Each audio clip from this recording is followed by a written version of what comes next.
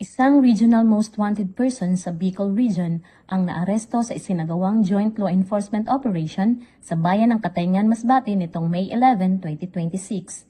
Kinilala ang nadakip na si alias Ramon na sa hustong gulang, magsasaka at residente ng bayan ng Palanas, Masbate. Siya ang rank number 2 regional most wanted person at nahaharap sa 3 kaso ng murder sa ilalim ng Article 248 ng Revised Penal Code at isa ding miyembro ng Communist Terrorist Group.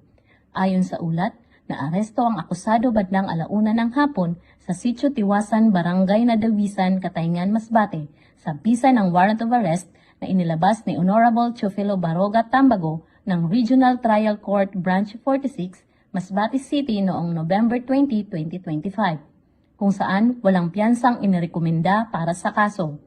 Pinangunahan ng Masbate 2nd Provincial Mobile Force Company sa ilalim ni Police Lieutenant Colonel Freddy C. Herry ang operasyon katuwang ang Katayngan MPS, Philippine Army, Special Action Force, PIU at RIU-5 PIT. Ang matagumpay na pagkakaresto sa rank number 2 regional most wanted person na isang CCG member ay bunga ng masusing intelligence monitoring, mahusay na koordinasyon at matibay na pagtutulungan ng iba't ibang law enforcement units.